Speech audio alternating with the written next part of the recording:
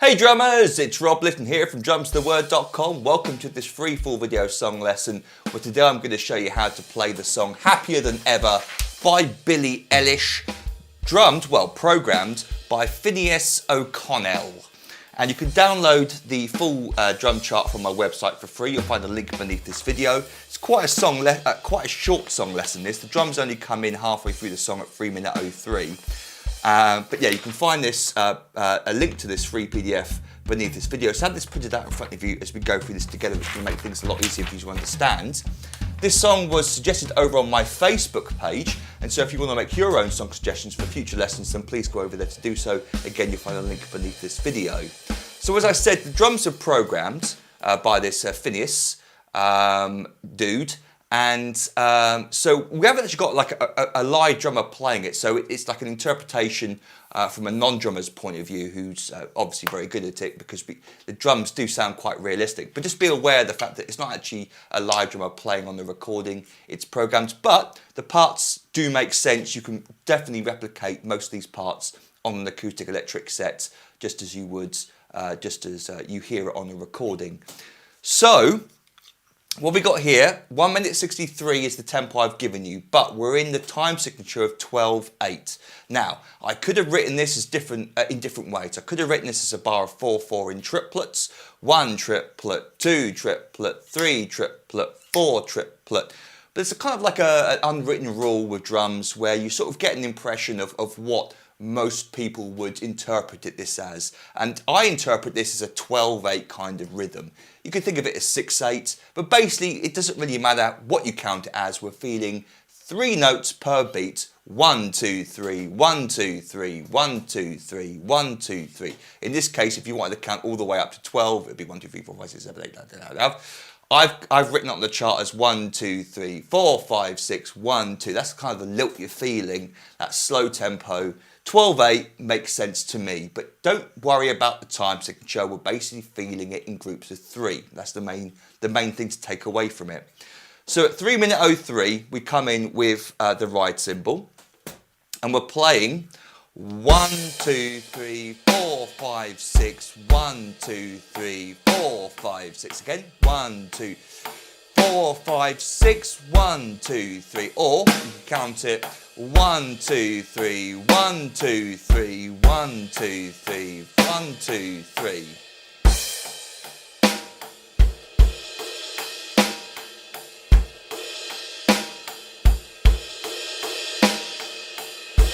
And what I like about this kind of stuff is the fact that it's very, very open. The drums are leaving plenty of room for Billie to sort of lead with the vocals and the dramatic music in the background. If I was playing this, I'd probably overplay it.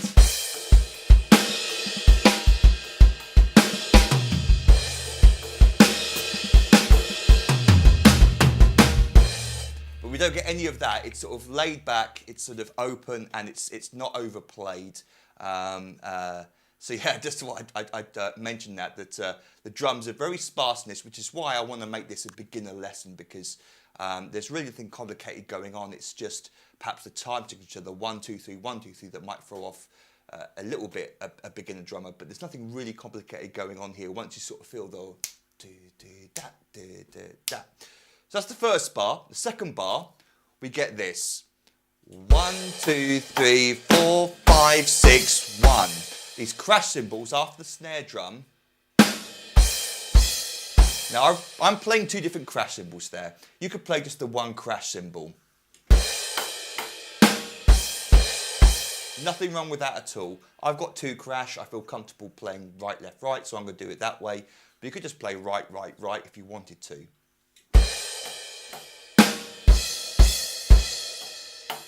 Now, as I said before, the drums are programmed, so it's kind of hard to hear exactly what has been programmed here for the drums. But my interpretation is on beat 4, the second half of the bar, we get the floor tom and snare drum.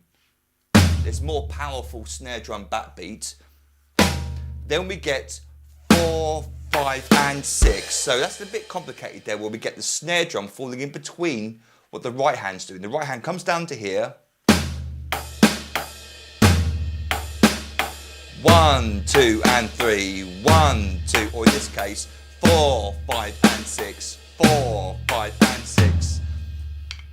full tom at the end. But the bass drum there falls on that, that last note of the bar.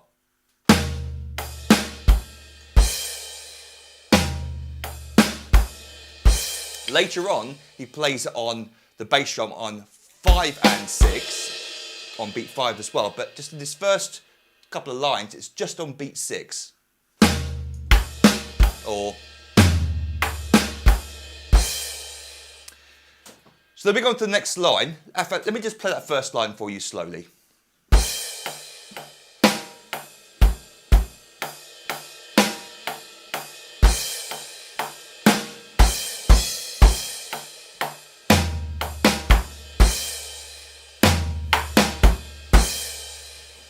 Next line, first bar is that 1, 2, 3 thing again, but without the crash cymbals.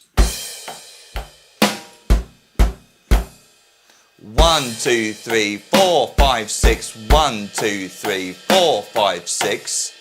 Second bar is the same idea, but with the crash cymbals.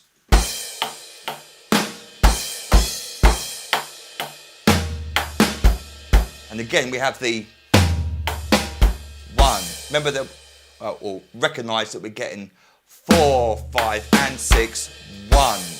The next bar there is beat 1 where I played the crash cymbal. So that second bar, again.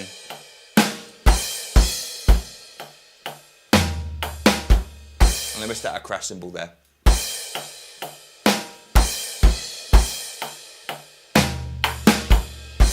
But does it matter? Not really, no. If you make the same mistake, don't worry about it too much. As long as you're in time with the song, no one's going to miss an extra crash cymbal. So then we go on to bridge 1. And it's just 2 bars. We get 1, 2, 3, 4, 5, 6, 1. So you've got 2 different ideas here. You've either got 4, 5, 6, 1 or 4, 5, 6, 1. So 2 bass drums or 3 bass drums in a row. The second bar though is a bit interesting. 1, 2, 3, 4, 5, 6, 1, 2, 3. That's probably quite a tricky thing for a drummer, beginner drummer to do, is to choke the crash cymbal there on the third note of the second half of the bar. 1, 2, 3. So what I'm doing is I'm striking the right cymbal normally. 1, 2, 3. But I'm just bringing my left hand up to grab the right cymbal and choke it so it's silent, so it chokes the note, so it quietens it immediately. 1, 2, 3. But the important thing, once you've got that down, is to not to forget the fact that we still got to be feeling the rhythm. 1, 2, 3, because the next 4, 5, 6 notes are rested. So that second bar, 1, 2, 3, 4, 5, 6, 1, 2, 3, 1, 2, 3. Again, I missed out a crash cymbal there on beat 1. If you're finding that choke of the right cymbal too difficult, leave it out. You could just play 2, 3, 1, 2, 3, and just come in there. Don't worry too much about that choke. It's more of the intermediate advanced thing. But it's just nice if you can get it in there in time and not feel that you're interrupting the flow of your drumming. But if you really can't get that comfortable, then just leave it out and just play.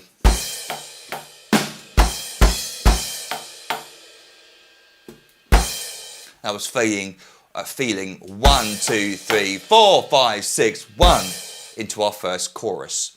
So chorus 2 is the same structure as we just had. We get 1, 2, 3, 4, 5, 6, 1, 2, 3, 4, 5, 6. Bar 2 is exactly the same as our first chorus where the drums come in, except, as I mentioned earlier on, we get the second half of the bar, we get 4, 5, and 6. We get the bass drum falling on beat 5 as well as beat 6. Your right hand is just playing this all the way through the song. Unless you're playing this, you're breaking up the right hand. But, you know, be aware that your right hand is just keeping time all the way through. So let your right hand lead you through that little part.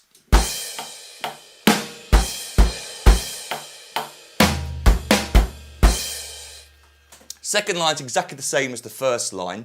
And then we go into our bridge. Before we do, though, let me now play for you the chorus 1, bridge 1, chorus 2, up to speed without me yakking on over the top so you can hear just the drums. Here we go.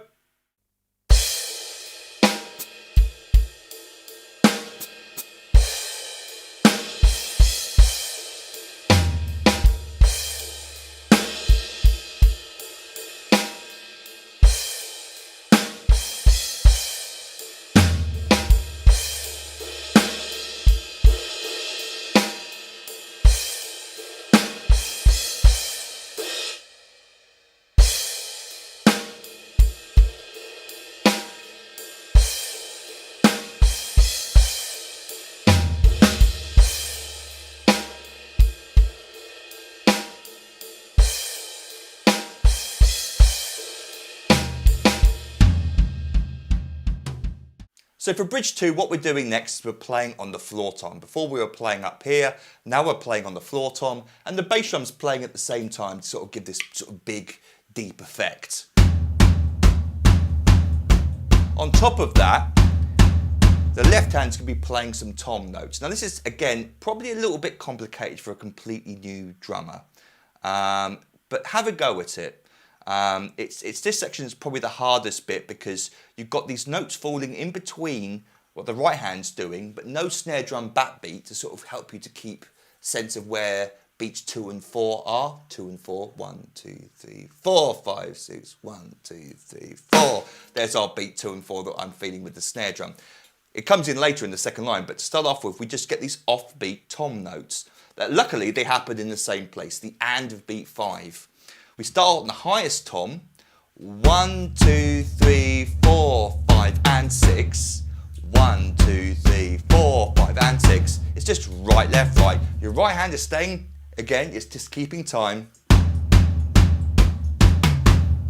Then we move to the next lowest tom for the second half of the bar, exactly the same place. 1, 2, 3, 4, 5, and 6. So we get 1, 2, 3, 4, 5, and 6. 1, 2, 3, 4, 5, and 6. 2, 3, 4, 5, and 6. 1, 2, 3, 4, 5, and 6. Not too tricky. But then we go on to the second line where we get the crash cymbal on beat 1 and the snare drum backbeat is being brought back in on beat 4 of each half of the bar, but we've still got those toms being played as well. So the second line, 1, 2, 3, 4, 5, and 6. 1, 2, 3, 4, 5, and 6. When you play it on its own like that, it's not too complicated. It's playing it next to each other without hopefully messing up.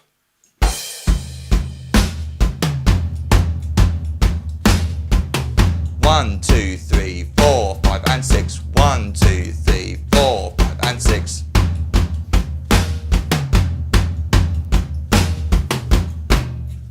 Then for the last bar, it's kind of hard to hear exactly what's going on because you can still sort of feel that floor tom being played-ish, but what I'm feeling mostly is the crash cymbal being used. So move up to the crash cymbal instead of the floor tom for that fourth bar. Right hand's playing exactly the same thing. In fact, bars 1 and 2 of that second line are identical, except instead of playing here, we're playing up here. 1, 2, 3, 4, 5, and 6. 1, 2, 3, 4, 5, and 6. And we get a natural sort of build up in volume as well.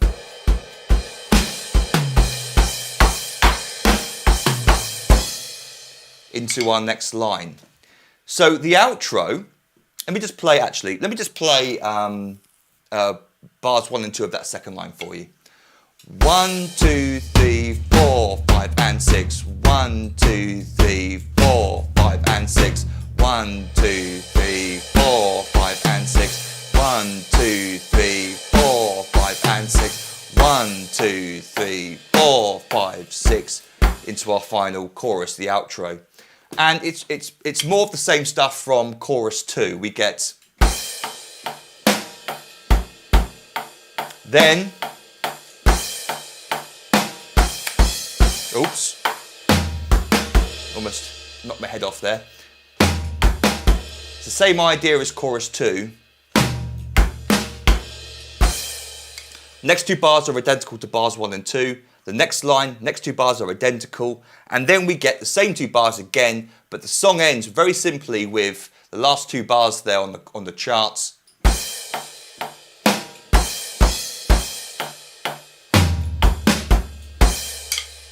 The song ends with beat 1 on a crash cymbal, or double crash if you wanted to. And that's it really. So before we finish, let me now play for you bridge 2 and the outro up to speed. Here we go.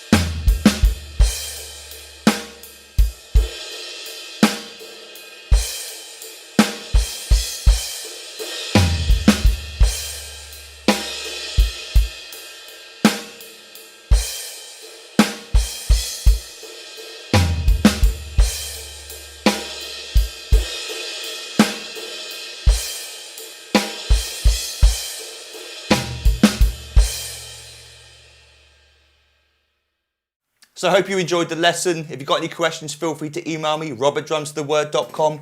Don't forget to download the free PDF that came with this lesson. You can find a link for this beneath this video. While you're at my website, you might want to consider signing up to become an online member. And what I currently offer for £97 is a full year's online access to every single full video song lesson I've ever recorded and transcribed. That's over 550 full song lessons, teaching you many, many famous and popular songs. Just like this lesson, I teach you the full song from start to finish. You get the fully transcribed PDF drum chart. And like I said, I've got almost 600 full video song lessons up on the website already. As a thank you for signing up, I give you access to hundreds of little videos teaching you many, many famous drum beats, fills, and even drum solos. I give you 3 ebooks I've written over the years containing hundreds more famous drum beats, fills, and solos. And then over the year of your subscription, you also gain instant online access to all the new material that I upload for my members. And I record new lessons every week unless I'm ill or on holiday. So you've got lots of cool stuff to look forward to over the year of your subscription. But if you've got any questions about any of that, then feel free to email me, rob@drumstheword.com. And until our next drum lesson together, toodle pip and happy drumming to you.